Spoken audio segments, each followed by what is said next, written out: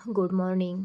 आता 6 वाजले आहे, म्हणजे माझं घड्याळ 15 मिनटं पुढं आहे. तर पावणे 6 वाजले आहेत. माझी घरातली सगळी देवपूजा वगैरे झालेली आहे आणि उंबऱ्याला हळदीचं लेपन वगैरे करून रांगोळी वगैरे काढून झालेली आहे.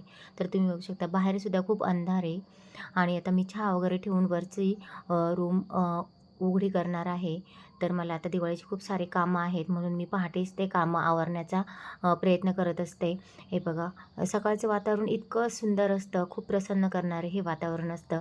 पण हे बघा, कालचासुद्धा रात्रीचा मी असाच पसारा इथे ठेवून गेलेले होते आणि आता तोसुद्धा मी इथे आवरणार आहे. परत मी खाली आले, चहा माझ्यासाठी गाळून घेतला आणि जे अनारशाचे तांदूळ आहे ते सुद्धा माझ्यासोबत घेतले, कारण की मी वरतीच ते वाळत टाकणार आहे आणि तांदूळ वगैरे वाळत टाकल्यानंतर मी थोडासा 5 मिनटं माझ्यासाठी वेळ देतच असते आणि मी चहा पिता-पिता माझ्यासाठी वेळ देते आणि बाहेरचा नेचरचा जे आनंद आहे तो सुद्धा सकाळी एकटाच घेतलेला खूप छान असतो आणि खूप प्रसन्न देखील वाटतं.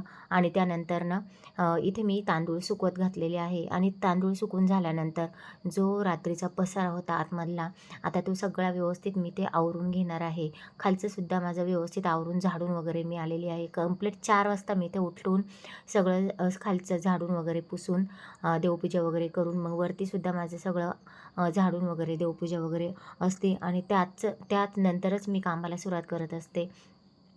कारण की कोणतीही सुरुवात ही देवपूजेनेच केलेली चांगली असते. त्यानेच आपल्याला उत्साह येतो आणि वातावरणसुद्धा रूममध्ये छान असतं, फ्रेश वाटतं. म्हणून मी ती देवपूजा पण करून घेते.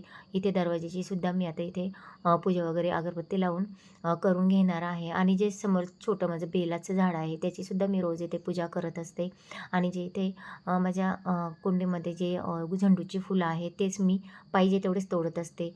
ते मी माझ्या दरवाजातसुद्धा ठेवलेलं आहे.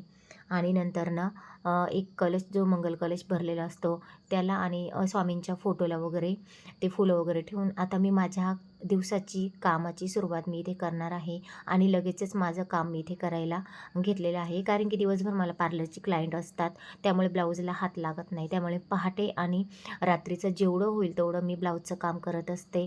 अशा प्रकारे हे माझं सकाळपासूनचं संध्याकाळपर्यंत रूटीन असतं आणि स्वामींच्या कृपेने न थकता माझी ही कामे चालूच असतात. श्री स्वामी समर्थ.